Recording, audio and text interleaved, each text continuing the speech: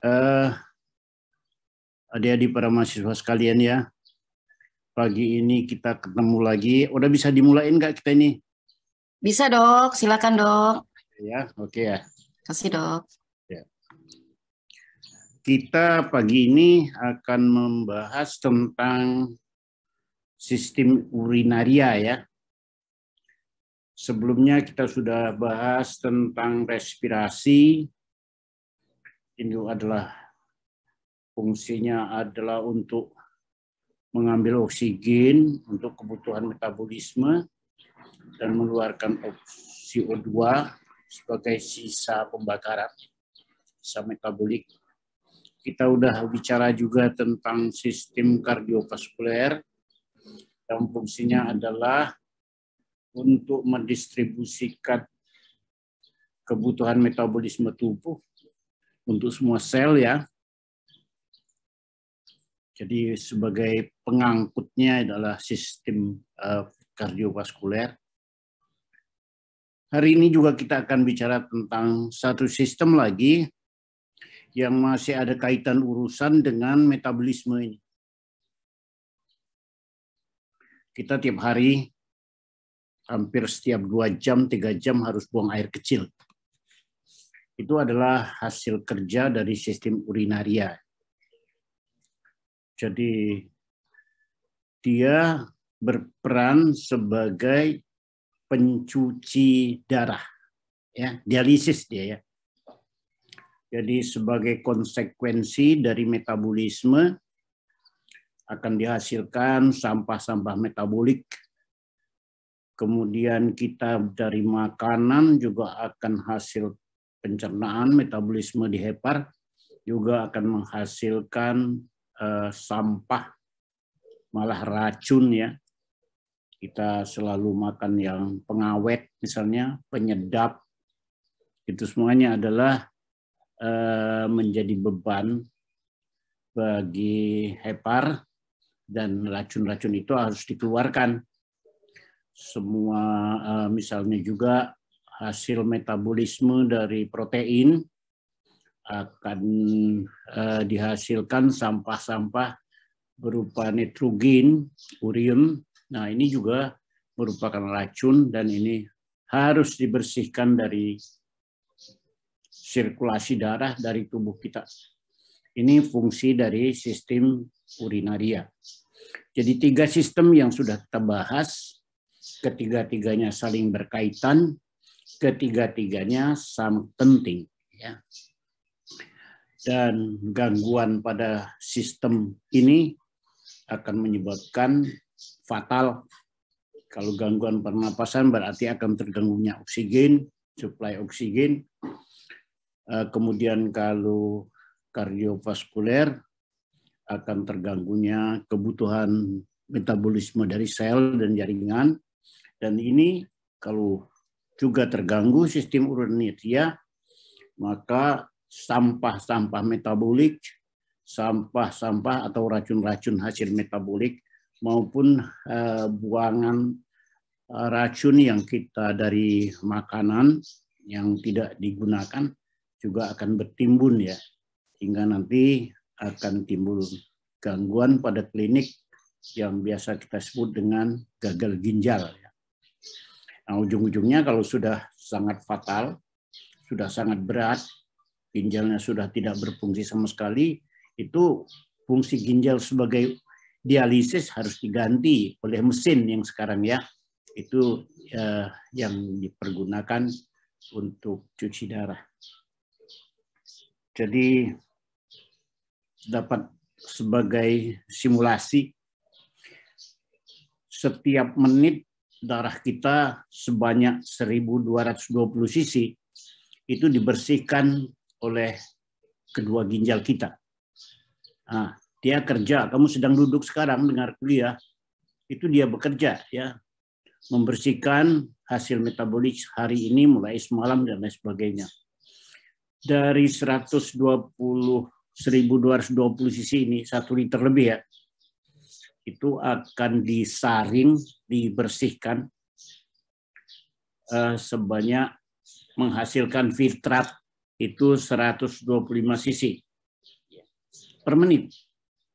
Jadi bayangkan kalau dalam 1 jam berapa yang darah yang harus dibersihkan dan berapa cc atau liter filtrat yang dihasilkan. Nah, itu nanti dari filtrat ini itu yang disaring di glomerulus di corpusculum renalis itu tidak semuanya dikeluarkan. Itu disaring lagi, diambil lagi yang masih penting, seperti misalnya karbohidrat, protein, itu harus ditarik lagi karena dia penting bagi tubuh. Asam amino, semuanya ditarik. Air, kalau semua loss, wah, dehidrasi kita. Jadi harus ditarik ulang. Itu terjadi sesudah pasca glomerulus, yaitu di tubulus sintesis daripada urinian. Nanti kita lihat komponen itu. Sehingga akhirnya urin yang dibentuk, yang kita keluarkan itu hanya lebih kurang 1 cc dalam 1 menit. Jadi kalau 1 jam 60 cc, kalau 2 jam sekitar 120-an cc, dan bisa ya kira-kira kalau sudah 3 jam, tentu kapasitas penampungan terakhirnya, yaitu di vesika urinaria, itu udah penuh ya. Jadi udah ada stimulus untuk dikeluarkan. Nah itulah kira-kira secara kasar proses yang terjadi pada ginjal kita. Jadi fungsinya bagaimana, ya, beban kerjanya bagaimana. Jadi ada teman ya, kalau jantung itu berdenyut terus, paru-paru bernapas kembang kempis terus, walaupun kita dalam kondisi istirahat, demikian juga sistem urinaria, kita tidur pun dia harus terus memfiltrasi darah kita, membersihkan darah kita. Inilah dasar kenapa kita dinasihatin ya untuk minum jangan kurang dari 1,5 liter atau lebih kurang 6 gelas ya. Karena itu dipergunakan untuk membersihkan darah kita dan juga untuk menutupi kekurangan cairan. Mungkin saja sebenarnya keluarnya air ini bukan hanya melalui sistem urinaria ya. Kita juga mengeluarkan air melalui pernapasan, juga melalui kulit, keringat, kelenjar keringat. Nah, itu sementara barangkali sebagai awal pendahuluan agar kita memahami banget sebagai dokter kenapa sih kita perlu harus belajar dasar dari sistem urinaria ini. Jadi kalau di klinik nanti kita ada pasien dengan darah tinggi, ada pasien dengan kencing manis, semuanya itu berdampak ya. Bisa memberikan final kalau tidak dikoreksi, dikontrol dengan baik, itu akan berpengaruh pada sistem urinaria kita, khususnya ginjal ya. Itu bisa menyebabkan gagal ginjal. Kalau itu terjadi, nah siapa lagi yang mau membersihkan darah kita yang setiap hari kita racuni, metabolik juga terjadi terus, nggak bisa di stop, sehingga sampah-sampah metabolik juga banyak menumpuk di dalam darah. Kita nanti akan terjadi peningkatan urium ya, karena urium ini adalah salah satu metabolit atau hasil metabolisme dari protein. Dan itu kalau menumpuk bisa menjadi racun atau menjadi toksik bagi sistem saraf kita. Terutama ini yang biasanya dikontrol, akan dilihat bagaimana urium darahnya, apakah cukup tinggi. Kalau sudah sangat tinggi artinya sudah cukup banyak penimbunan yang tidak berhasil dibuang melalui urin. Ya itu saya kira. Kita lanjut.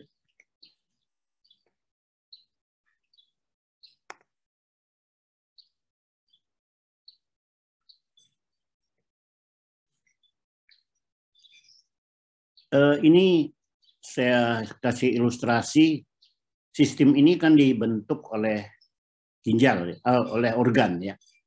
organ apa saja yang membentuk sistem ini. Dari hulu kita lihat itu fungsi organ fungsional utamanya itu adalah ginjal. Ginjal lah yang nanti akan membersihkan darah kita tadi, dan nanti baru akan disalurkan filtratnya, urinnya itu melalui ureter. Ureter ini menghubungkan dari kalik ginjal sampai ke vesika urinaria. Di vesika urinaria nanti akan ditampung. Kalau nggak ditampung dulu, wah kita beser ya. Kemana-mana nanti wah, keluar terus urinnya. Jadi harus ditampung di vesika urinaria. Di sini ada kontrol ya, kontrol untuk pengeluaran. Jadi urin itu tidak otomatis begitu keluar dari ureter langsung beser ke uretra, tidak ya, tapi ditampung dulu. Daya tampung ini ya kira-kira sekitar masing-masing tentu mempunyai perbedaan ya. Ada yang cukup tahan, tapi kalau ditahan itu akan sakit karena ureter kita mempunyai kapasitas maksimal. Dan di klinis itu disebut dengan full blast. Karena dia tidak bisa mengeluarkan seni melalui uretra, mungkin saja karena sumbatan, ada batu misalnya dan lain sebagainya, maka urinnya tidak bisa keluar, bisa full blast, dan kalau terpaksa ya harus difungsi ya. Nah, itu sekilas gambaran secara menyeluruh tentang sistem ini, mulai dari fungsi pokoknya, kemudian organ apa saja yang terlibat. Jadi fungsionalnya adalah ginjal ya. Sedangkan ureter itu adalah menyalurkan urin yang dihasilkan oleh ginjal ke vesika urinaria. Di sini akan ditampung sampai pada batas tertentu atau waktu tertentu, kita ada refleks, sensasi bahwa full blast, ingin pipis, dan itu nanti akan dikeluarkan melalui uretra. Kalau di sini ada sphincter ya, ada klepnya.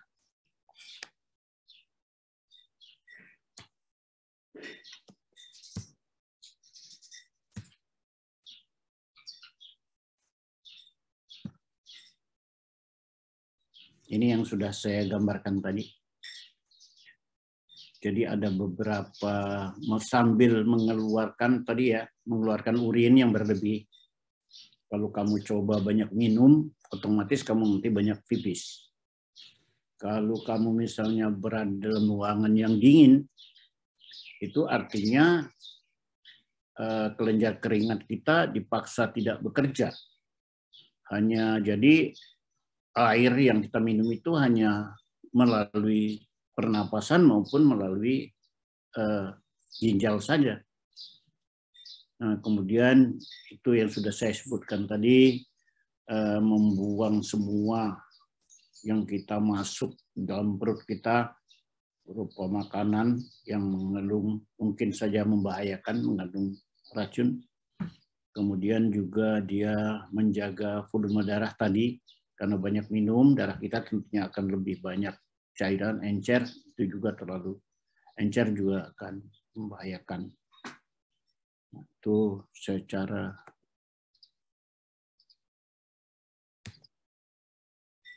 ini saya gambarkan sekilas seperti apa yang saya bicarakan tadi ya.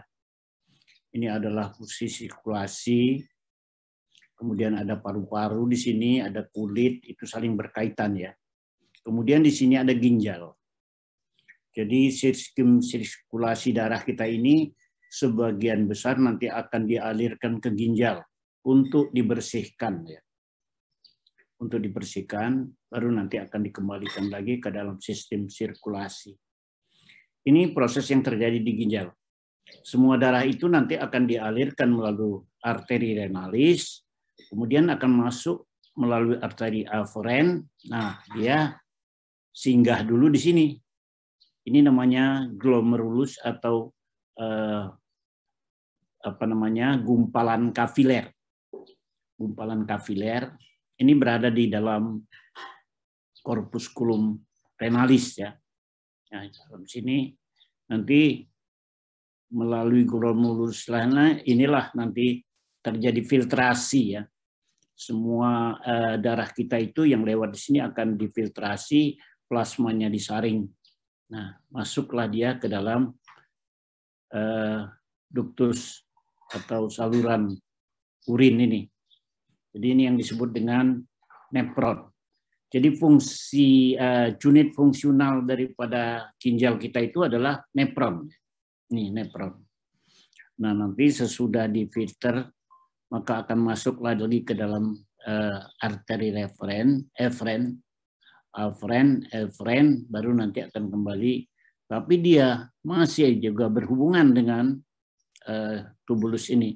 Karena nanti di sini juga masih akan terjadi pertukaran ya. Ada yang harus dikeluarkan lagi, ada yang ditarik lagi, baru nanti akan masuk ke dalam sirkulasi tubuh kita. Jadi dari sirkulasi umum masuk ke ginjal, dari ginjal nanti darah itu akan disaring di sini, difiltrasi, arteri afren, keluar ke arteri efren, dan kemudian baru nanti sesudah dia keluar lagi menuju sirkulasi umum. Jadi arteri ini atau darah yang ke renal itu bukan hanya untuk mensuplai makan bagi ginjal, karena ginjal juga terdiri dari sel-sel yang membutuhkan metabolisme. Tapi dia yang lebih lagi adalah tugas tambahan ginjal adalah untuk menyaring darah kita. Sesudah ini adalah gambar skematiknya ya. Jadi secara garis besar darah akan difiltrasi di sini. Ini namanya nephron. Ini saya gambarkan secara skematis supaya kita bisa memahami dulu. Nah, ini adalah arteri afren tadi, arteri afren. Nanti akan masuk ke dalam bercabang jadi jadi glomerulus, itu ada di dalam corpusculum renalis. Nah, nanti ini yang disebut dengan nephron. Apa saja itu nephron nanti kita selanjutnya akan kita lihat. Nah, ini yang saya ceritakan tadi. Jadi kita perharinya bervariasi tergantung dari kondisi kita ya. 1,5 sampai 2 liter urin. Itu dari 1220 cc darah itu. Ya. Bisa dihitung kalau dalam 1 menitnya sekian, dalam 12-24 jam berapa, itu hasilnya ini. Jadi lumayan ya, berat kerja ginjal kita. Maka itu nanti pada pasien kamu nasihatkan supaya peliharalah ginjal. Ya. Kalau ginjal sudah rusak, waduh, itu menderita kita ya.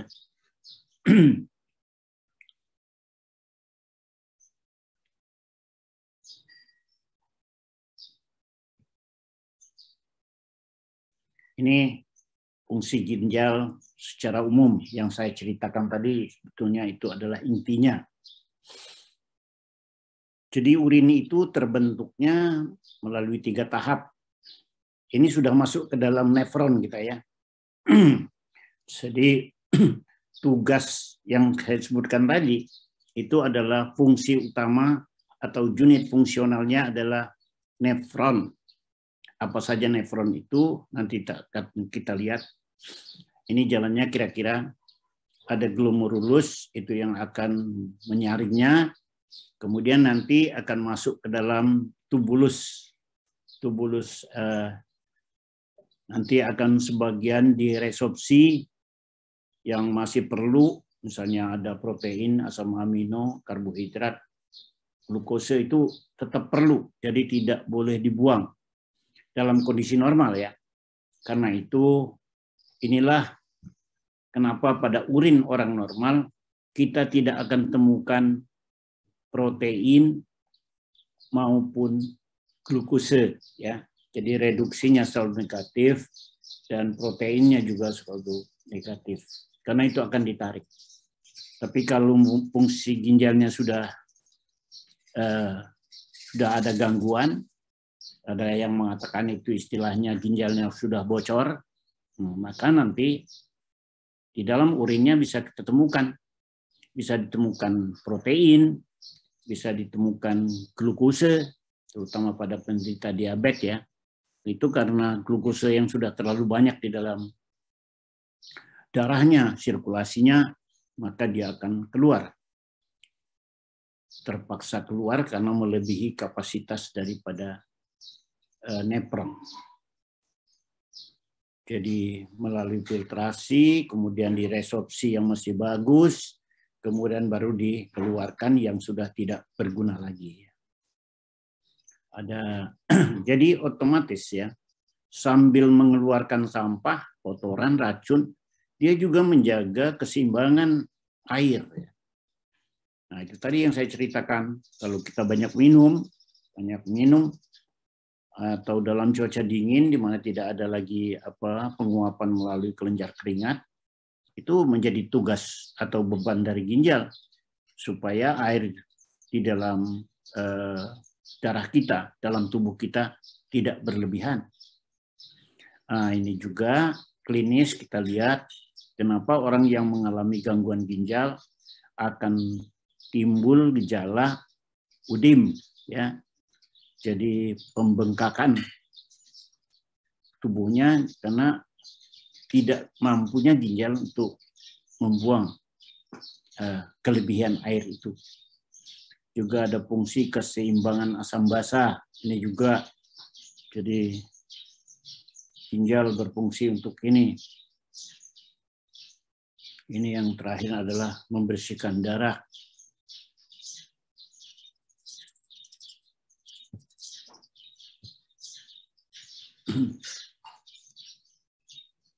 Ini fungsi berikutnya adalah ini tadi yang resorpsi ini ya, daur ulang ini adanya glukose, asam amida dan sebagainya yang keburu terbuang tadi akan ditarik kembali.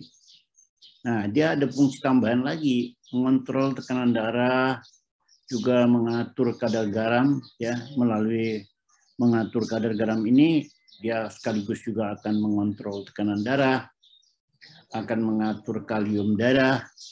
Nah, ini kalium ini kalau terjadi hiperkalemi ya, itu akan mengganggu fungsi jantung karena kalium ini sangat penting dalam kontraksi jantung. Gula darah, tulang, wah ini juga ada hubungan dengan kalsitrol ya. Kemudian memantau oksigen darah. Nah, ini ada hormon eritropoietin ya. Jadi kenapa orang menderita ginjal itu umumnya menderita gangguan kurang darah ya. Itu adalah akibat hormon eritropoietinnya yang tidak berhasil atau kurang dibentuk. Sehingga nanti produksi sel darah merah yang harusnya distimulus oleh hormon eritropoietin itu akan terhambat. Jadi dari sini kita bisa melihat beberapa gejala akibat gagal ginjal. Berikutnya adalah produksi hormon. Oh, ada beberapa hormon ini ada berkaitan ya. Renin, prostaglandin, eritropoietin yang tadi juga menjaga volume darah. Ini juga yang tadi melalui pengeluaran air ya, pengeluaran air. Jadi darahnya jangan sampai terlalu banyak air sehingga menjadi encer atau kekurangan. Jadi tonik, hipertonik atau hipotonik dari darah. Nah, jadi terakhir ini ada sistem endokrin juga ya. Nah, demikian banyaknya fungsi ginjal sehingga kita bisa memahami berbagai keluhan yang terjadi pada penderita gagal ginjal ya. Ini merupakan dasar penting bagi kamu nanti setelah kamu masuk di klinik ya. Kenapa gejala-gejala ini timbul pada penderita gagal ginjal?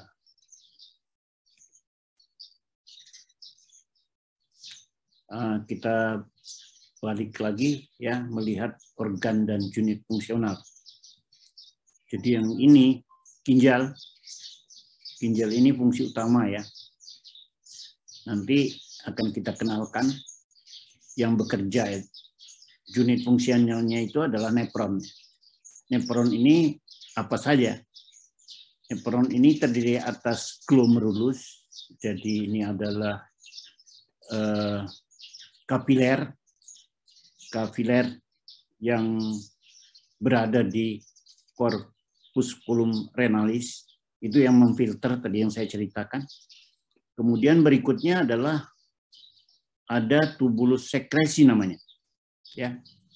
Jadi mulai dari ada tubulus proximal, tubulus contartus, tubulus erectus dan lain sebagainya, ada ascender, nanti akan kita lihat masing-masing tubulus ini mempunyai fungsi spesifik.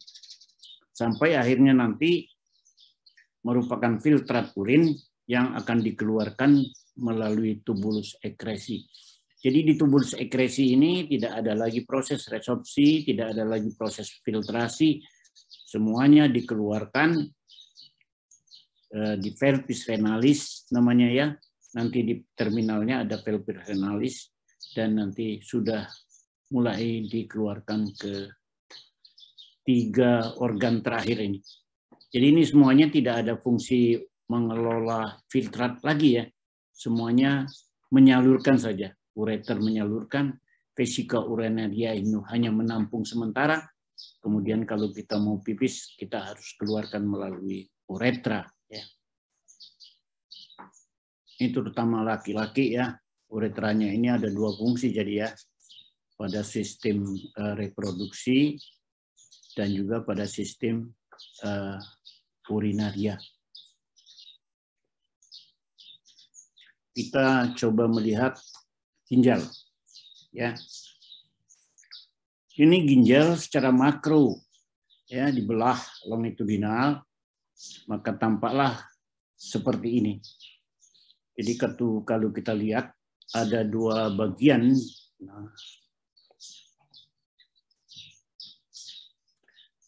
Dari ginjal ini, yang ini adalah bagian yang disebut bagian korteks ya, padat.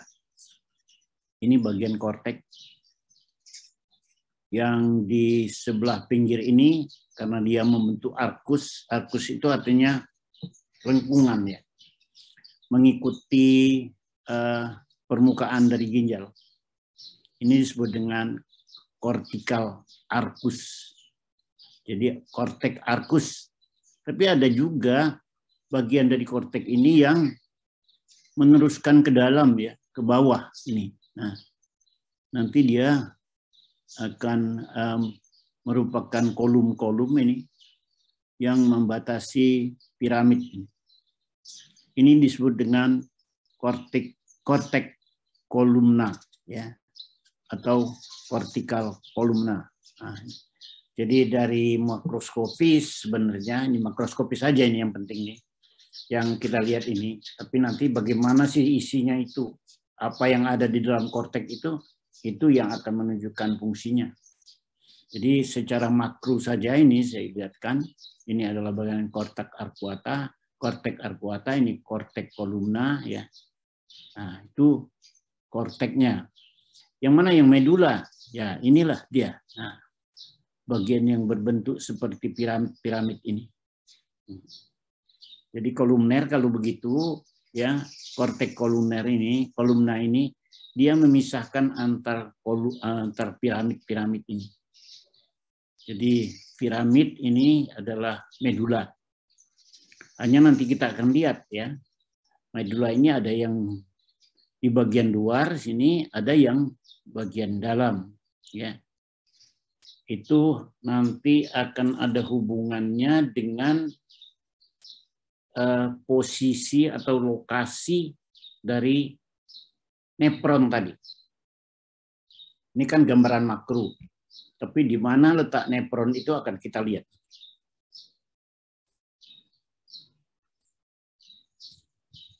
Nah, ini yang saya maksud unit fungsionalnya ya.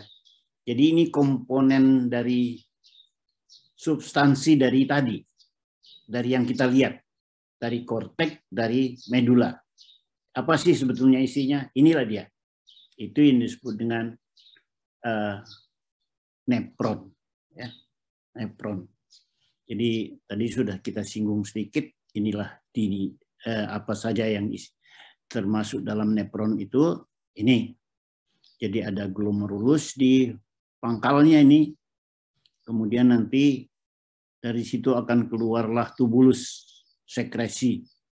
Kemudian adalah bagian yang lengkung ini, melengkung, kembali lagi dia ke atas. Jadi dari sini ini korpus proximalis namanya, ya. Nanti akan turun, naik lagi dia jadi distalis ini, karena di ujung distalis, baru nanti akan masuk ke ini, disebut dengan tubulus yang mengeluarkan nih, ya. Ini tubulus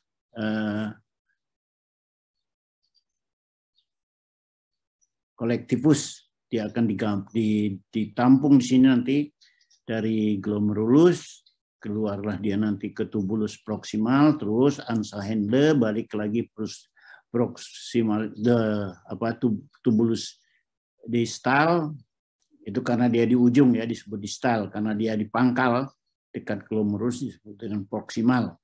Nanti akan masuk dia ke dalam tubulus kolektivus.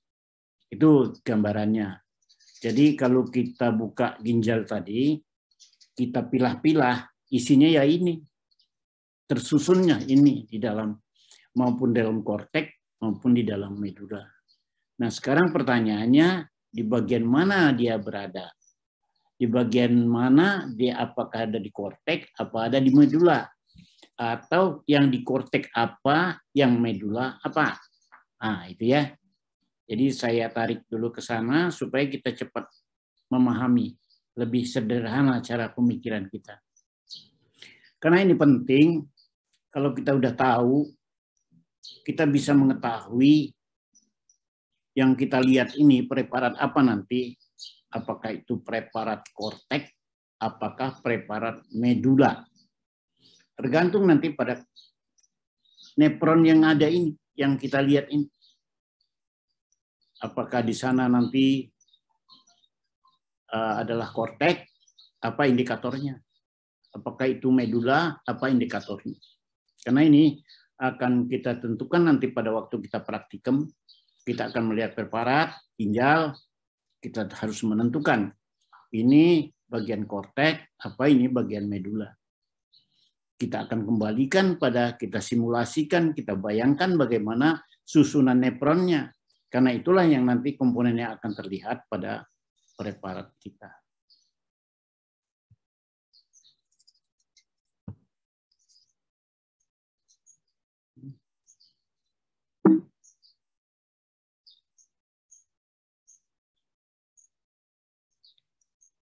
Ya. Nah, baru kita akan cerita tentang konstruksi ginjal. Jadi, saya mengajak Anda membayangkan ginjal ini dalam bentuk teknis, ya. Struktur bangunan. Itu akan lebih mudah kita memahami. Jadi ginjal itu sebenarnya terdiri dari komponen tadi. Komponen nepron ditambah dengan tubulus excretorius. Nah, nanti itulah yang akan menyusun ginjal. Bagaimana cara susunannya, di bagian mana korteks, di bagian mana glomerulus, di bagian mana nanti tubulus Henle, di mana tubulus proximalis, posisinya itu dapat menentukan kita berada atau kita melihat di bagian mana dari ginjal itu. Nah, ini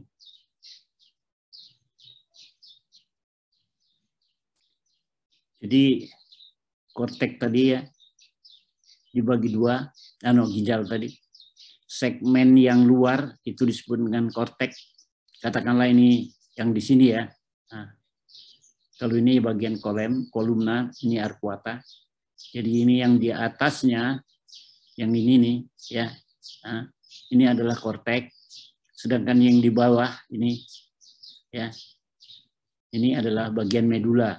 Jadi dalam skematik ini, gambar skema ini adalah ini yang disebut dengan medula, ya, ke bawah. Nanti akan ditampung dia di ujung-ujung atau bagian piramid daripada medula ini disebut dengan apa? Kan keluar di sini nanti disebut dengan kalik renalis, ya. Di sini sudah berbentuk urin. Jadi dia keluar dari corpusculum renalis atau glomerulus, dia akan masuk ke dalam tubulus proksimal. Itu ada dua bagian, yang di atas proksimal yang lurus dan proksimal yang melingkar, ya. Ini melingkar-lingkar berkumpulan, dan ini nanti adalah bagian yang rectus, lurus. Kemudian nanti masuk Henle dan naik ke atas lagi, ini disebut sebagai tubulus proksimal, ya, distal. Dia juga ada yang lurus, ada yang bergumpal-gumpal. Baru nanti keluar dia melalui yang disebut dengan ductus collectivus. Nah, jadi kita lihat ini, ternyata corpusculum renale ini, ya, ada yang di atas hampir di dekat permukaan di korteks, tapi ada yang juga di bawah. Di bawah sudah berdekatan dengan medula, berbatasan dengan medula. Jadi yang ini lebih pendek, ya, lengkungnya juga lebih pendek, sedangkan ini dasar benar. Nah, berdasarkan posisi ini, maka dikelompokkanlah atau dikategorikan. Ada yang disebut dengan nefron kortikal. Di sini dia ada yang nefron meduler. Jadi dia lebih dekat ke medula. Jadi kalau andainya pisu untuk membelah ini di sini lakukan, ya, tentu tidak akan ditemukan ini, tidak akan terlihat ini. Tapi yang terlihat itu adalah ductus rectus ini. Tapi kalau dia terpotong di sini, dia akan kelihatan glomerulusnya yang tampak. Sementara yang ini juga tidak akan kelihatan. Tapi kalau dia dibelah atau dipotong pada medula, ini medula, kita tidak akan menemukan corpusculum di sini, ya. Jadi kalau ada sediaan ginjal terpotong dan ternyata di situ tidak ditemukan corpusculum renalis, kita bisa meyakinkan ini bukan korteks. Karena korteks itu harus ada kolumna renalis, corpusculum renalis. Jadi ini kesimpulannya adalah medula. Kalau tadi terpotong, pasti itu adalah korteks. Nah, ini maksud saya dengan menjelaskan seperti ini, kamu akan lebih gampang, ya, memahami. Karena yang akan kita lihat itu adalah preparat. Bukan unit seperti ini, yang secara utuh dari atas sampai ke ujung, enggak. Karena yang tampak itu adalah potongan atau segmen daripada yang terpotong dari bagian nefron ini. Ya, tergantung nanti pada bagian mana terpotong. Jadi ini sudah ada satu kunci kita. Kalau pada preparat itu tidak ditemukan glomerulus, artinya itu bukan korteks. Tapi kalau dia ada glomerulusnya, pasti itu adalah korteks. Nah, udah gampang kan? Ya, nanti kita akan membedakan apakah ini sebab medula juga akan ada bagian atas, bagian bawah. Juga pada korteks juga ada bagian bawah, ada bagian atas. Nah, ini kembali lagi ke nefron tadi, ya. Sebenarnya tujuannya adalah untuk mengenalkan tubulus sekresi ini apa saja sih. Nah, ini dia. Cukup banyak. Tapi kita sederhanakan saja. Ini adalah bagian proksimal. Nanti dia akan bertemu lagi ke sini sebetulnya. Yang baru keluar dari glomerulus atau dari corpus glomerulis itu disebut proksimal, yang nanti akan berpuntel dia, bergumpal, itu yang proksimal kontartus, baru nanti akan turun lurus, ya, turunnya lurus. Ini yang disebut dengan proksimal karena turun jadi descendant, ya. Nah, dari sini nanti akan masuk ke Ansa Henle. Ansa Henle ini juga ada 2 bagian, 3 bagian malah. Ini segmen bawah turun, segmen descendant, dan ada segmen ascendant, ya. Ada segmen lengkungnya ini. Yang lengkungan ini bagian yang tipis-tipis. Nah, dari sini nanti baru kita akan masuk ke tubulus distalis, ya, karena dia bagian ujung, ya, maka disebut distalis. Distalis ini juga ada yang lurus rektal, ada yang bergumpal. Jadi dia akan masuk lagi, mendekat lagi ke corpusculum ini. Baru nanti dia akan keluar ke ductus ini, ductus ekresi ini, ya, bagian kolektivus. Nah, demikianlah kira-kira supaya kita bisa membayangkan ini, bentuk ini menjadi bentuk yang sederhana dalam pikiran kita, sehingga kita bisa membayangkan kalau terjadi gangguan ini, kira-kira di bagian mana sih nefron itu yang rusaknya? Apakah di glomerulusnya, apakah di tubulus proximalisnya, apa tubulus distalis, apa pada Ansa Henle. Mudah-mudahan ini bisa diserap, ya. Saya sudah bikin sederhana mungkin dan juga saya menjelaskannya dengan kamu dengan sederhana sehingga kamu cepat memahaminya. Jadi bentuk dan lokasi dari nefron ini pertama penting kita ingin mengetahui nanti pada kita mengidentifikasi preparat, apa itu korteks, apa itu medula. Yang kedua, sebagai dasar kita untuk menganalisis, ya, bagian mana dari ginjal itu yang terganggu pada klinik nanti. Apakah itu terganggunya pada glomerulus, apakah itu pada tubulus proximalis atau tubulus distalis, ataukah pada Ansa Henle. Dan tidak sampai pada segmen ini yang segmen-segmen ini yang mempunyai tugas khusus, ya. Jadi kalau terganggu tugas itu, arti itulah yang mengalami kelainan.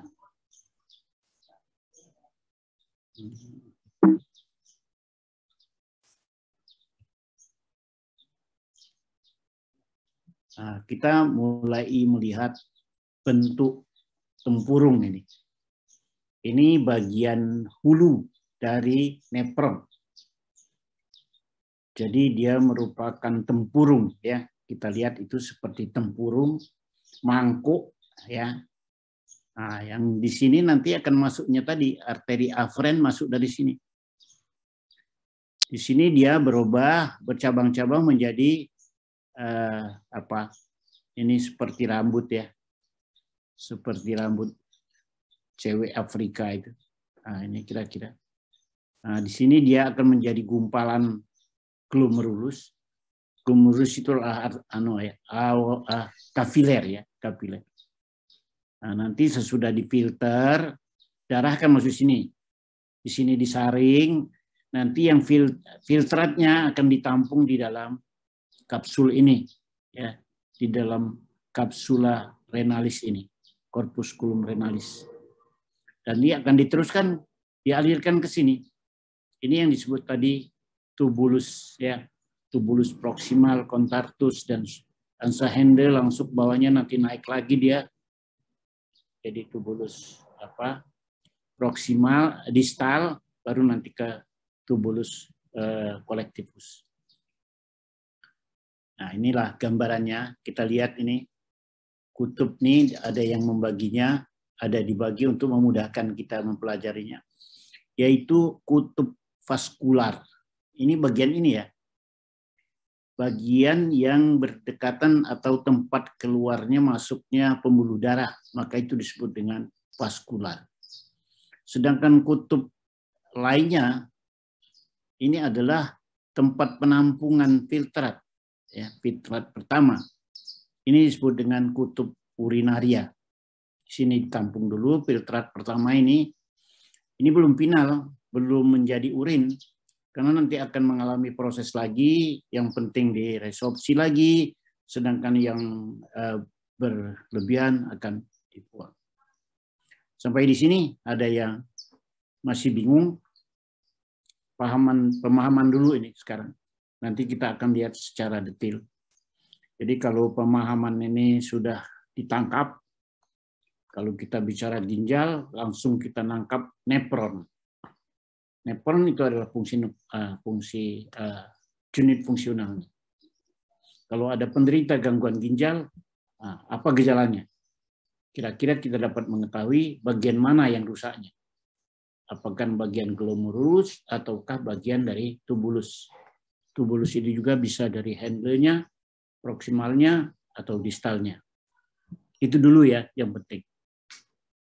Jadi kalau kamu sudah paham itu, kita praktek di labor juga nanti akan gampang, karena kita sudah mengetahui indikator-indikatornya. Kalau pada preparat nanti kita lihat ada korpuskulumnya, ada glomerulusnya, kita nggak usah ragu lagi. Oh, ini sudah kortek. Karena glomerulus ini hanya ada pada kortek. Di medula, no, tidak ada. Nah, tapi kalau kita lihat nanti, ternyata pada preparat itu tidak ada kortek, yang ada hanya tubulus-tubulus yang sejajar saja, oh, kita bisa yakinkan ini adalah medula. Hanya nanti medula bagian mana. Tidak ada komen? Saya teruskan ya. Nah, rupanya kutub vaskular ini bukan hanya glomerulus ya, tapi di situ akan kita banyak temukan. Ada aparatus juxta glomerular. Itu terdiri atas ada beberapa sel yang potensial di situ sangat berperan. Nah, ini ada arteri aferen, ini arteri eferen, ini adalah kapiler glomerulus. Ya. Nanti ada beberapa sel. Di sini dia ada tubulus ya, ada tubulus dua-duanya sebenarnya tubulus proksimal maupun distal nanti akan kembali ke pool ini, mendekat ke sini. Ya, mendekat ke sini. Nah, ini ada beberapa komponen di sini. Kita lihat ada sel-sel ini. Sel-sel ini semuanya ada fungsinya ya. Terutama nanti akan mengatur tekanan darah dan lain sebagainya. Ini juga arteri aferen, diameternya itu lebih besar dari eferen. Ini bisa menjelaskan kenapa terjadi filtrasi. Jadi kalau kamu masukkan ke dalam mangkok ini, ya, pembuluh atau saluran yang lebih besar, kemudian nanti keluarnya saluran yang lebih kecil, apa yang akan kita lihat? Ternyata pancaran dari sini akan lebih kuat kan? Jadi dari saluran yang lebih besar, masuk ke saluran yang lebih kecil. Karena apa? Karena di sini akan terjadi akumulasi tekanan. Ya. Akumulasi tekanan inilah yang akan mempercepat atau membantu proses filtrasi. Akibatnya plasma darah yang ada di dalam glomerulus ini akan dikeluarkan lebih mudah. Saya cukup mengerti kan? Jadi arteri aferen itu lebih besar dari eferen supaya tekanan di glomerulusnya lebih besar lagi. Nah, kalau ini sama, itu tidak akan berpengaruh pada tekanan darah yang ada di dalam sini. Atau ini lebih besar, malah nanti tekanan darah di sini akan lebih rendah. Sehingga akan sulit di dalam filtrasi.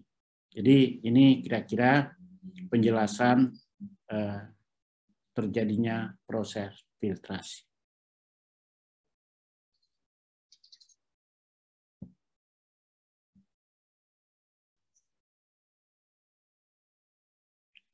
Ini masih penjelasan tadi, hanya ini lebih ke strukturnya ya. Jadi ternyata lapisan tadi ya, yang ini tadi yang menampur tadi, bisa kamu bayangkan artinya ada rongga yang dibatasi oleh ini dinding kapsula Bowman ini ya. Juga di bagian dalam akan dibatasi juga oleh kapiler ini ya, glomerulus. Jadi rongga ini, kapsula ini, jadi ada dua bagian.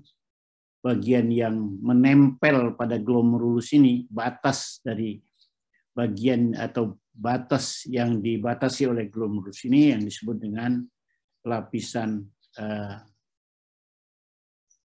visceral, sedangkan yang di luar ini itu lapisan parietal. Ini kalau yang parietal ini nanti dilapisi oleh squamous simplex ya, selapis sel epitel squamous. Itu nanti akan menerus ke tubulus ini, tubulus proximalis.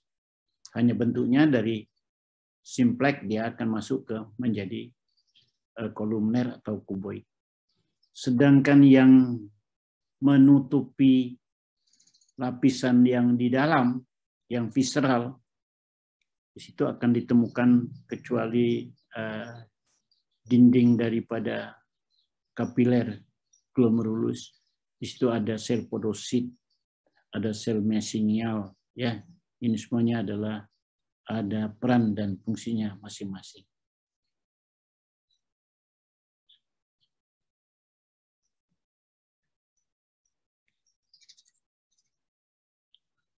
Ini yang tadi yang saya gambarkan di pendahuluan tadi ya. Proses filtrasi, masuk dulu dia darahnya ke sini glomerulus, akan disaring, difiltrasi, keluar ke eferen di sini, baru kembali lagi ke sirkulasi. Tapi di sini dia masih terjadi interaksi lagi dengan ini. Jadi ada beberapa air mungkin yang masih perlu disedot lagi, ditarik lagi, atau beberapa ion yang harus dikeluarkan lagi, termasuk urium dan lain sebagainya. Dan baru nanti, jadi prosesnya sebetulnya ada dua jalur. Ada jalur yang masuk ke nefron melalui glomerulus, filtrasi ya. Ada juga jalur yang terlewat ya. Kalau ada yang terlewat di persimpangan ini, mestinya kan semuanya masuk sini. Tapi ada sebagian yang balik lagi terbawa ke sini. Nah, ini juga masih ada proses di sini untuk pembersihannya. Jadi masih bisa dibersihkan lagi.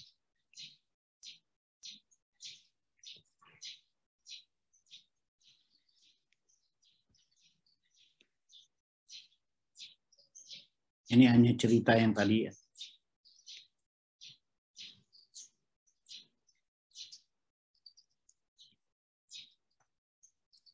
Ini juga cerita yang tadi. Nah. Jadi ini penjelasannya mengenai nefron tadi. Tiap ginjal ada 1 juta nefron. Nah, bayangkanlah itu ginjal kita yang kiri 1 juta, yang kanan 1 juta. Jadi ada 2 juta nefron yang bekerja di ginjal kita untuk membersihkan darah kita.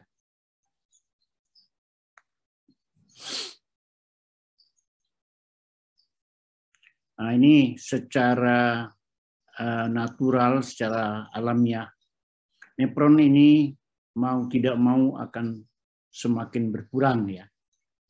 Mungkin pada usia kamu itu masih optimal jumlahnya Kalau dihitung, coba pulang nanti kamu hitung aja, apakah ginjal itu masih ada 1 juta ginjalnya. Tapi pada bertambahnya usia, ya, sebagian dari nefron tadi akan mengalami degenerasi dan itu tidak bisa diganti. Ya.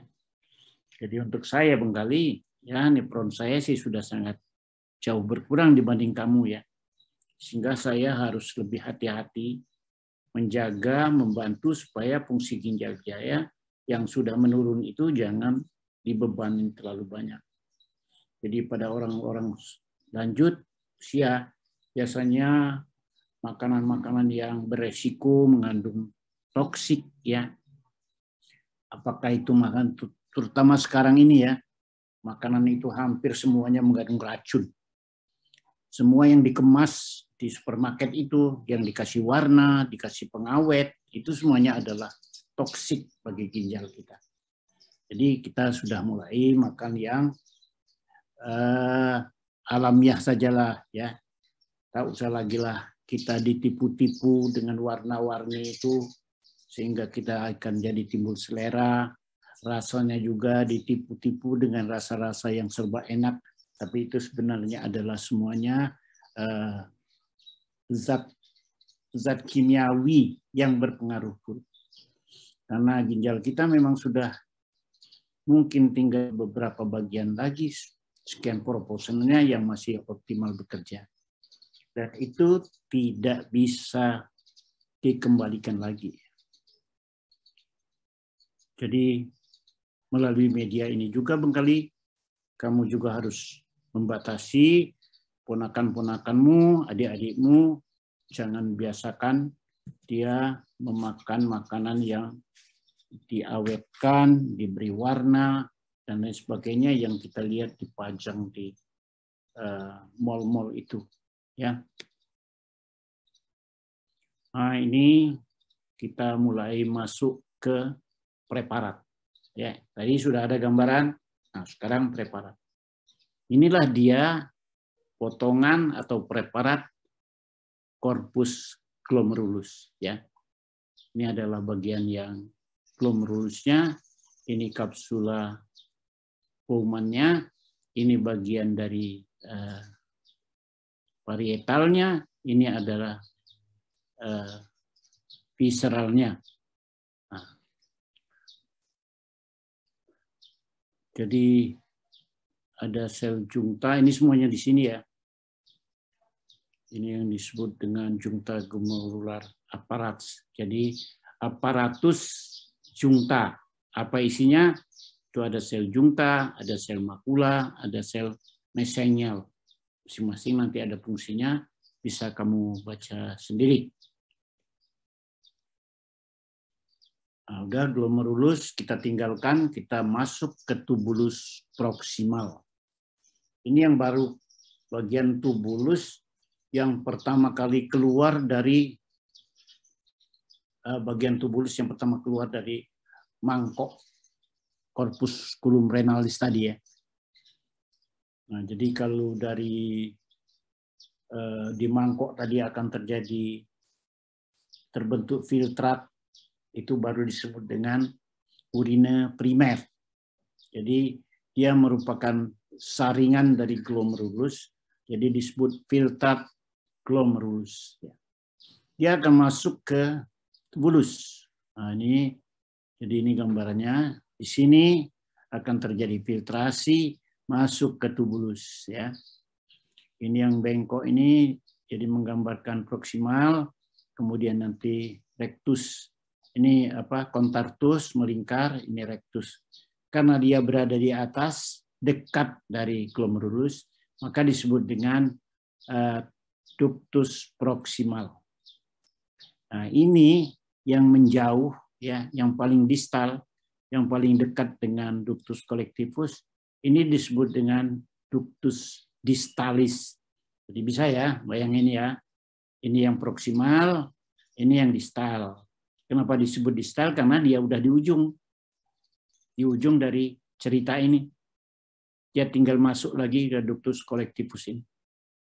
Nah, di antara dua ini ada bentuk saluran penghubung seperti huruf U. Ya, inilah yang disebut dengan Ansahenle itu. Jadi Ansahenle itu ada bagian yang turun. Nah, dia menggunakan istilah turun sekarang. The senses, ya. Ada bagian yang naik itu ascending, ya. Bagian yang naik ascending, yang the senses ascending, dan diantaranya ini ada bagian hand. Nah, itu dulu supaya kita mengerti banget bagaimana sih urutannya, mulai dari glomerulus, corpus glomerularis, proximalis, Ansahenle, distalis, baru nanti keluar ke collectivus. Collectivus itu artinya tukang koleksi, ya, tukang tampung.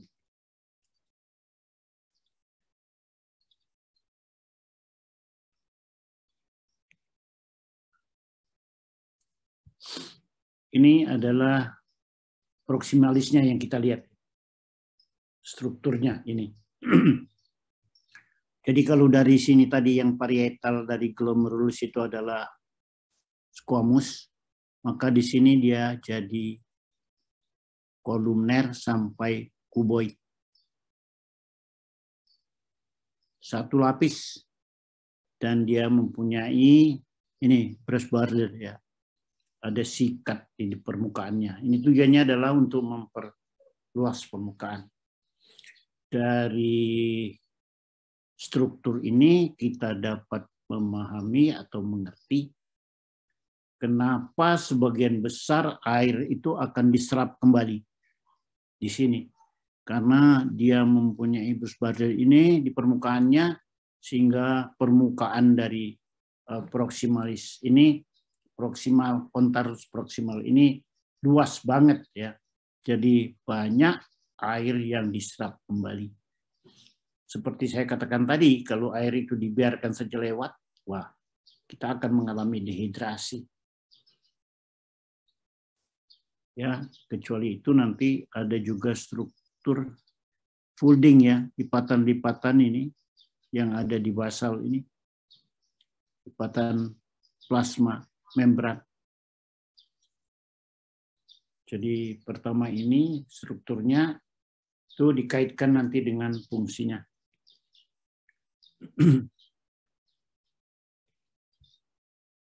Baru nanti ke Ansahenle.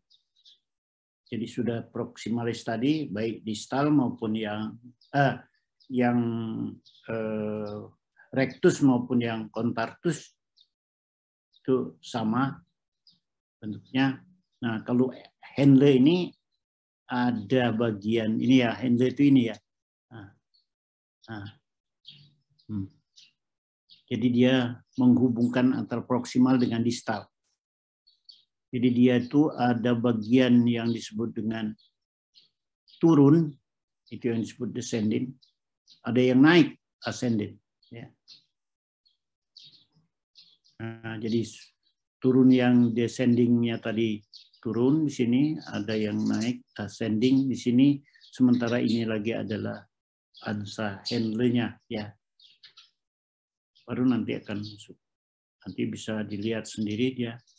Di situ kamu baca bagaimana sih struktur dan fungsinya.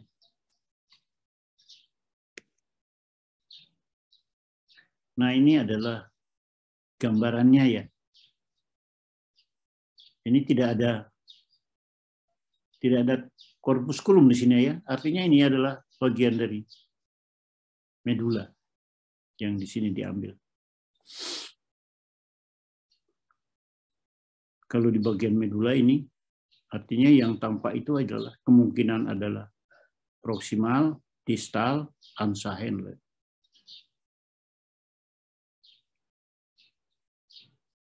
Ini saya coba ambil segmen dari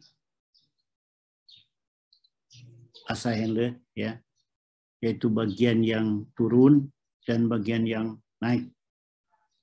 Ternyata yang turun itu kuboid, kemudian yang naik juga kuboid. Tapi yang lengkung ini ternyata dia tipis.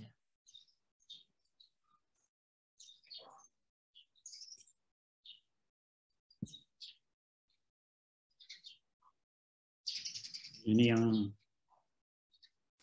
handle turun, ya, handle turun, naik, handle naik.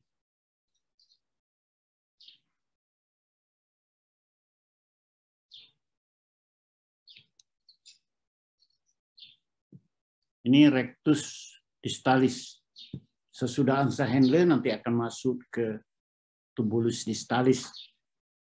Yang naik itu ada rectus, nanti yang sudah dekat dengan glomerulus melingkar, itu yang disebut dengan arcus.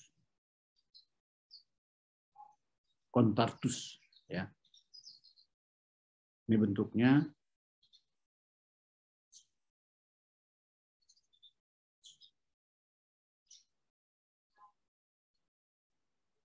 Ini yang contartus, sudah mendekat lagi dia. Ini ya, sudah mendekat lagi ke, jadi baik yang distalis maupun proximalis itu semuanya dekat dengan glomerulus. Jadi kalau ada glomerulus, pasti di dekatnya itu adalah contartus proximal atau yang distal.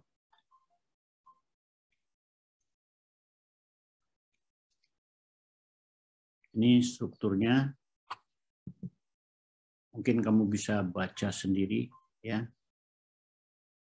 Bagaimana kira-kira spesifiknya.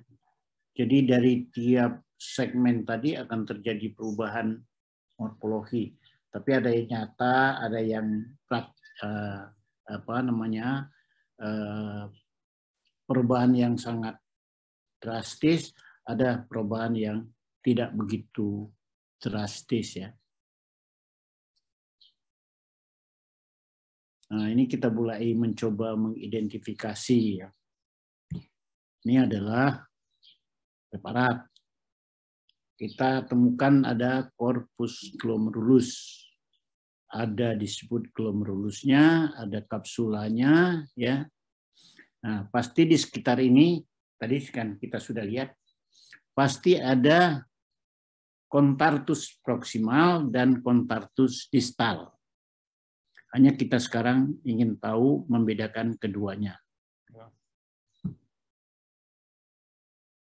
Itu kira-kira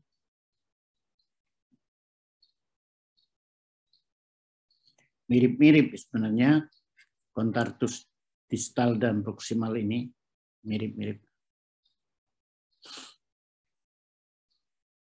Nah, ini kita sudah masuk ke yang ekresi, ya. Ekresi itu artinya tinggal buang saja.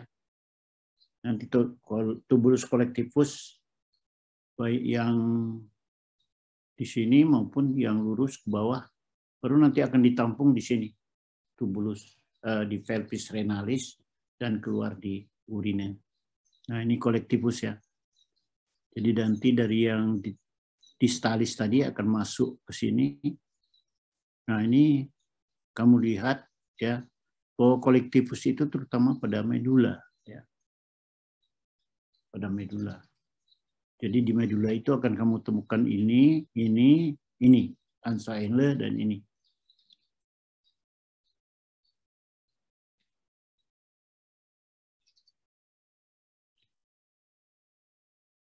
Kita udah masuk ke tubulus collectivus ini.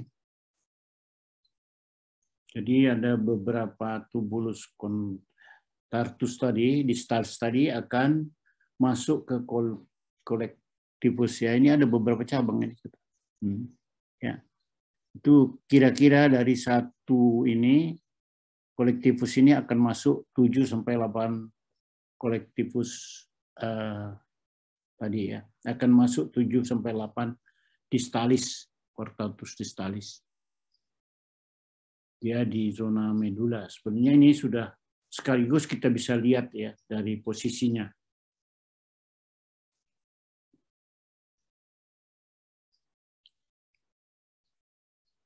Ini collectivus.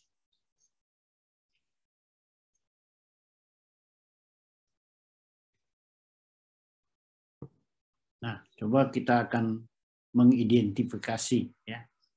kita lihat kembali secara arsitektur daripada ginjal. Kita sudah lihat tadi komponen-komponennya, komponen kecilnya, ya, komponen kecil daripada bangunan ini. Nah, sekarang kita coba melihat di mana sih letak daripada bagian dari nefron tadi. Ini tadi sudah kita katakan ada korteks, arcuata, ada kolumna. Ini adalah bagian dari piramid-piramid kolumna. Nah, sekarang kita akan coba lihat.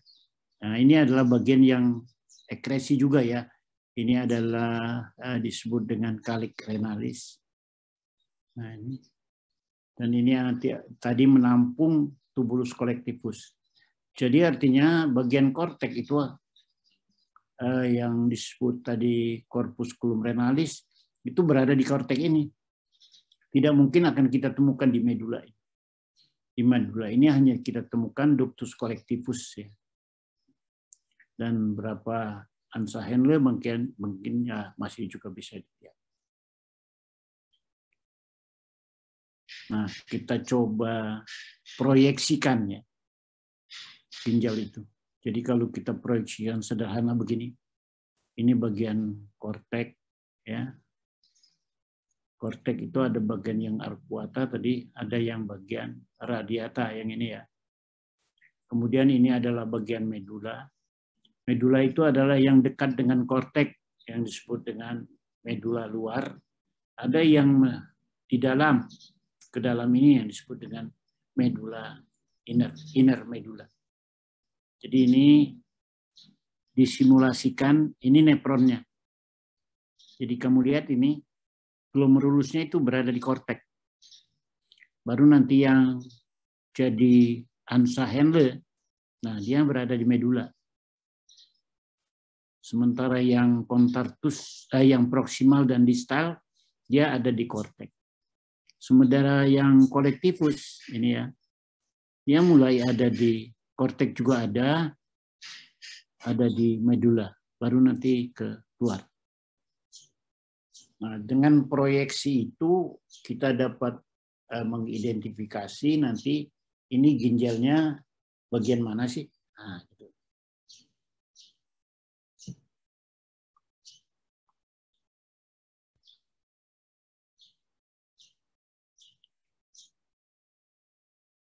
Ini struktur pada korteks akan kita temukan ini.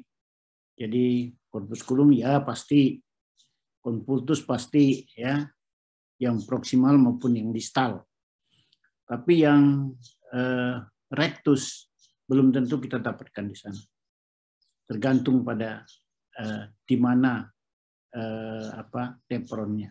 Apakah itu nefron yang meduler atau nefron yang kortikal.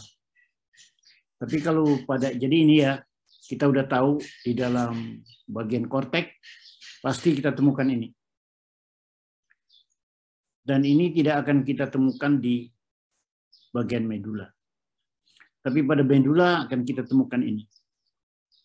Henle, ansa Henle, tubulus collectivus tadi sudah kita lihat. Nah, jadi di sini tidak akan kita temukan corpusculum renalis, tidak akan kita temukan kontartus proksimal dan distal. Jadi kalau kamu ada pertanyaan, nanti kamu menjawab pada medula akan ditemukan korteks, nah, artinya kamu tidak paham atau kau tidak ikut kuliah ini ya. Nah, jadi itu sudah sangat sederhana dan tegas saya buatkan di sini. Dan mungkin kalau kita baca di textbook tidak akan sistematik seperti ini. Nah, ini tadi ada korteks konvulsa, korteks radiata, ya, pars radiata, juga di medula. Medula juga ada outer medula dan inner medula. Dalam sesudah diproyeksikan ini kita akan tahu. Jadi kalau di korteks itu, kalau terpotong ini, pasti karena ada kontartus proksimal dan distal. Ada corpusculum renalis. Tapi kalau potong di sini ya tidak ada kan? Mana ada ini?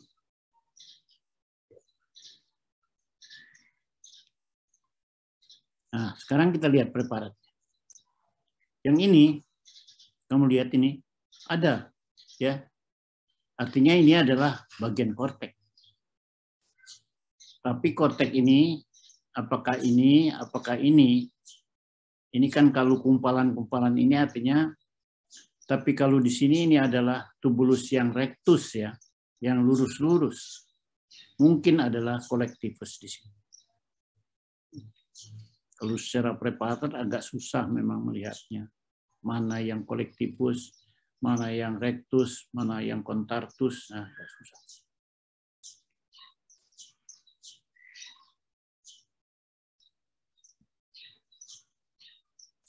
Nah, apalagi ini nah.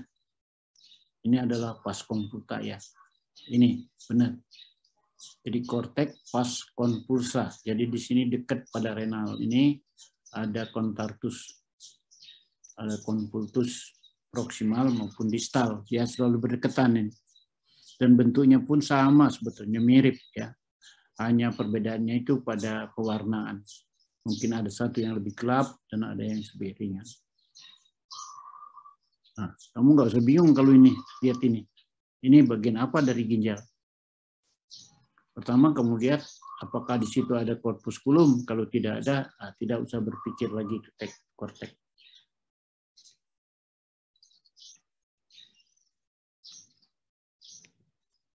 Nah, ini jelas ya. Ada corpusculum renalis, pasti korteks. Di dekatnya ini pasti ada kontartus proksimal dan distal.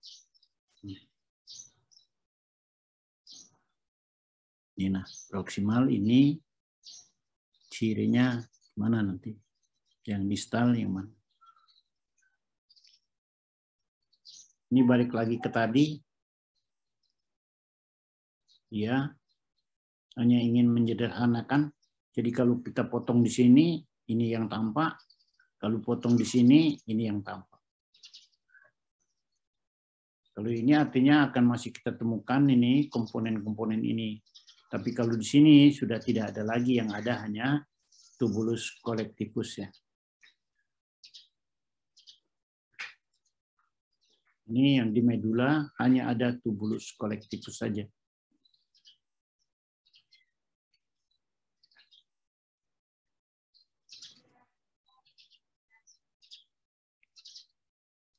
Kita akan coba melihat histofisiologi ya daripada komponen-komponen tadi ya.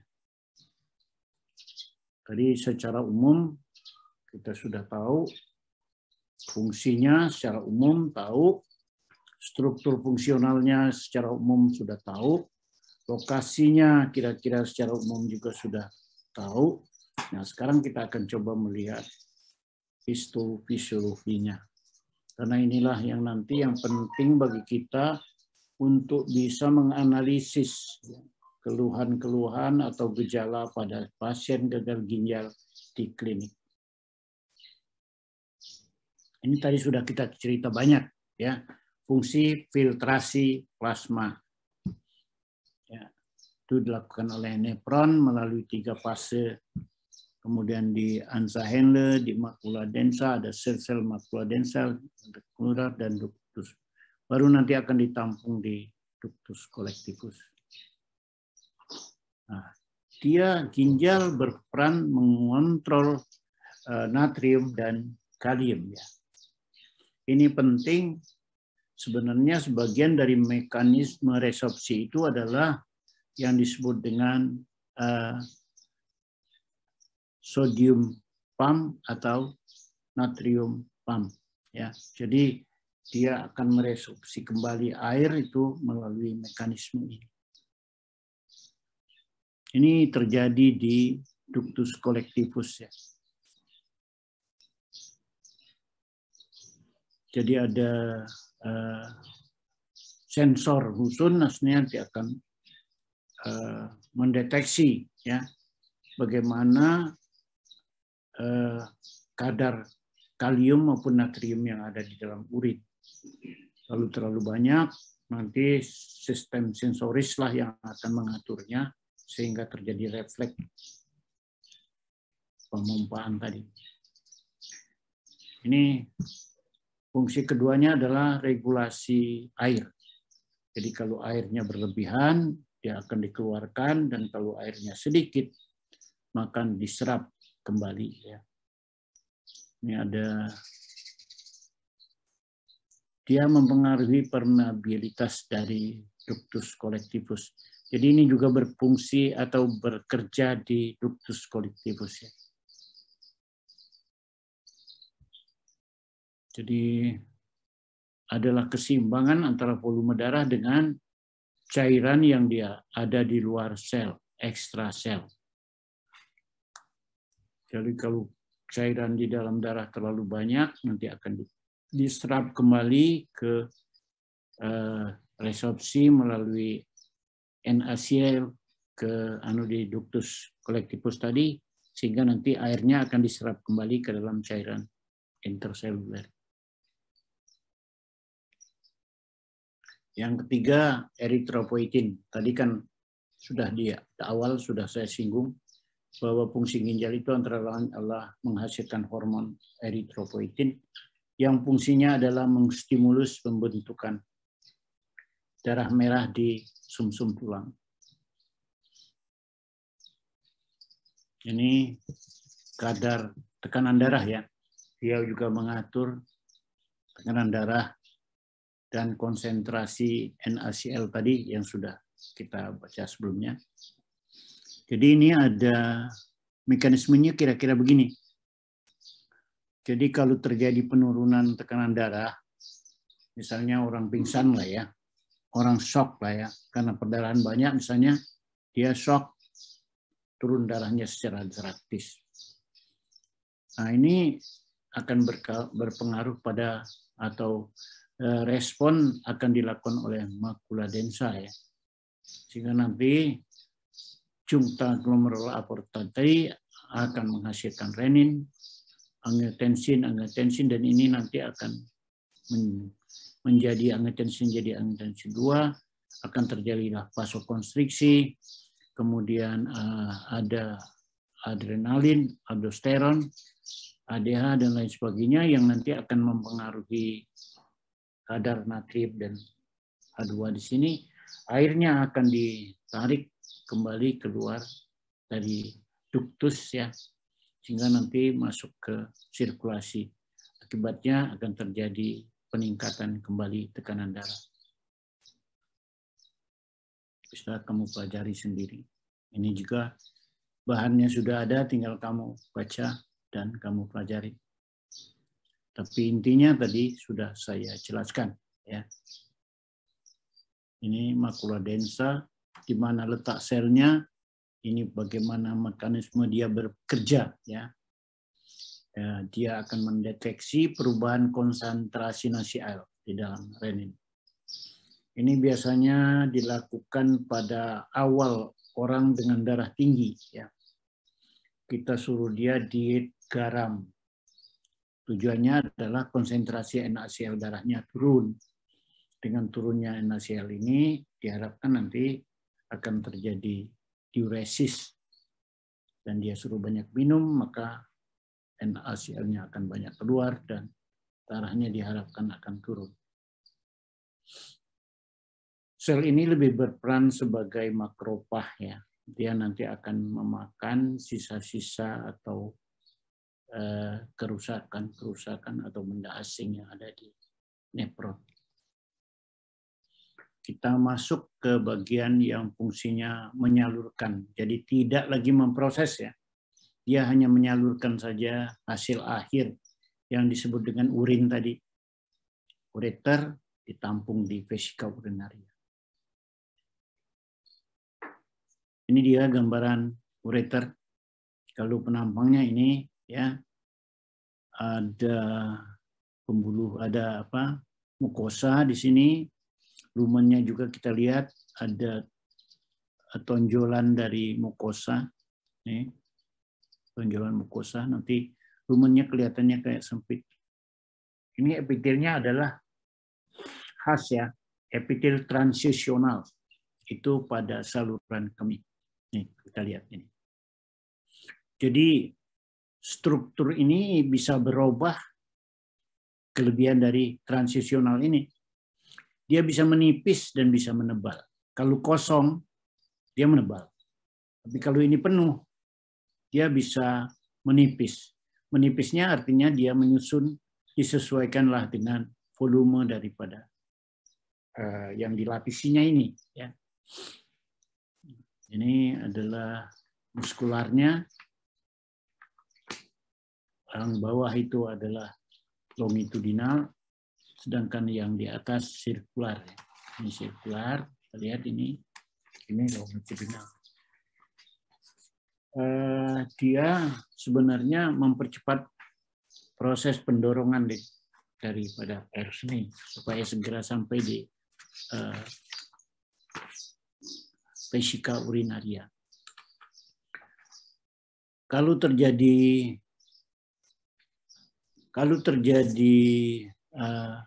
kristal batu, ya, biasanya terbentuknya batu, dia akan kalau tersangkut di saluran ini, itu akan menyebabkan kolik. Artinya saluran ureter ini akan melalui kontraksi muskularnya, dia akan berusaha mengeluarkan batu yang ada atau menyumbatnya. Sehingga nanti batunya akan numpuk di vesika urinaria. Ini gambarnya, khas epitelnya adalah transisional, bisa menumpuk, bisa ceper, bisa tebal, susunannya tergantung pada rongga di dalamnya.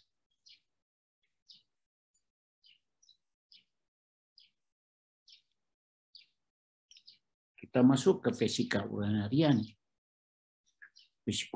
Vesika urinaria ini juga mukosanya, epitelnya sama, khas untuk saluran kemih itu adalah transisional. Ya. Ada yang unik di sini, walaupun kita penuh blas kita ya, itu tidak akan bocor. Jadi urin kita tidak akan keluar dari blas ini, dari vesika urinaria. Ini yang disebut dengan osmotic barrier urin. Kecuali itu juga, ya, susunan selnya ini ada yang disebut dengan sel payung, dome cell. Itu bentuknya bisa merenggang, ya, bisa pipih nanti. Itu menutup celah-celah yang mungkin akan bocor. Jadi tidak mungkin akan bocor. Ini baru ureter tadi. Nah, ini sekilas saya akan coba kita hubungkan dengan klinik ya.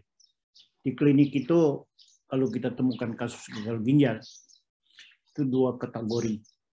Ada yang disebut akut, ada yang disebut kronis. Kalau yang akut itu biasanya karena racun, toksik. Ya, segera terjadi. Yang dirusaknya itu adalah nefron. Ya.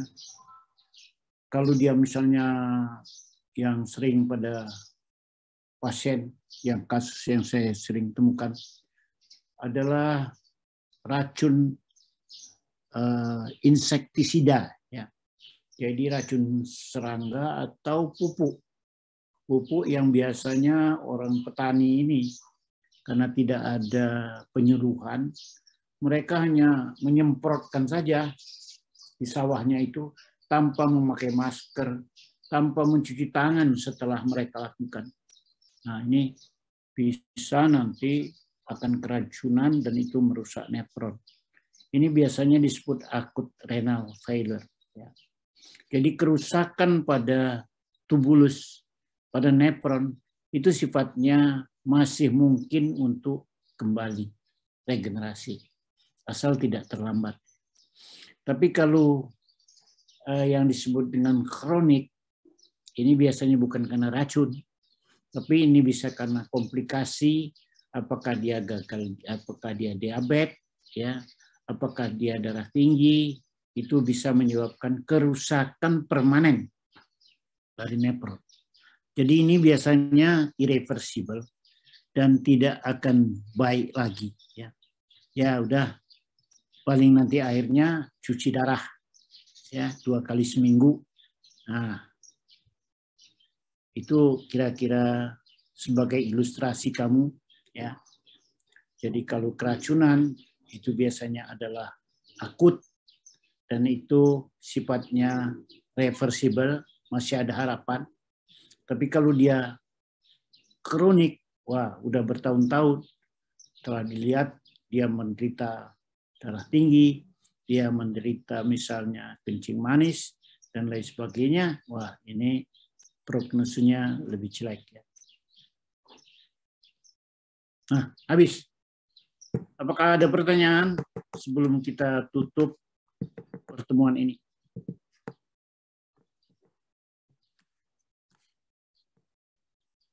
Ya mungkin dicerna dulu ya, baca-baca nanti hasil kuliah ini. Bu Neti, apakah mereka bisa mengcopy ini ya? Atau gimana ini caranya? Yang kemarin-kemarin kuliah saya, apakah di copy? September ada yang mbak ini lagi Maaf dokter, PPT-nya ya dok, materinya ya dok. Ya. Nanti bisa dikirim ke Neti, enggak apa-apa dok, bisa dok, PPT-nya dok. Ya, supaya nanti mahasiswa kan bisa mengkopinya atau bagaimana? Iya dok, enggak apa-apa dok, dikirim ke Neti, nanti kirim ke mahasiswa bisa dok. Oke. Terima kasih dokter. Nah, saya kira demikian kita tutup aja ya pertemuan ini. Semoga membawa barokah. Kamu bisa mengerti banyak atau sedikit ya tergantung pada kemampuan kamu ya. Kalau banyak mudah-mudahan berguna, alhamdulillah. Tapi kalau sedikit ya harus rajin supaya ini pengetahuan-pengetahuan dasar ini sangat penting supaya nanti kamu kalau sudah masuk klinik nggak bengong lagi. Oh gini ya, akibatnya begini. Tapi kalau kamu tidak mengerti ilmu kedokteran dasarnya, baik itu anatomi, biologi maupun fisiologi, histologi, wah agak susah nanti kamu. Ya. Ujungnya kamu jadi menteri baik, menteri suntik, tidak memahami apa mekanisme fisiologi, histofisiologi, anatomi fisiologinya, ya. Ya, saya kira kalau tidak ada pertanyaan hanya sekian. Kekurangannya saya minta maaf. Kamu tambahin sendiri. Tapi kalau ada kelebihan nggak usah dibalikkan, ya. Saya ikhlaskan saja untuk kamu. Oke. Kalau tidak ada, saya keluar. Neti, saya terima kasih ya, Net. Ya. Assalamualaikum warahmatullahi wabarakatuh. Waalaikumsalam.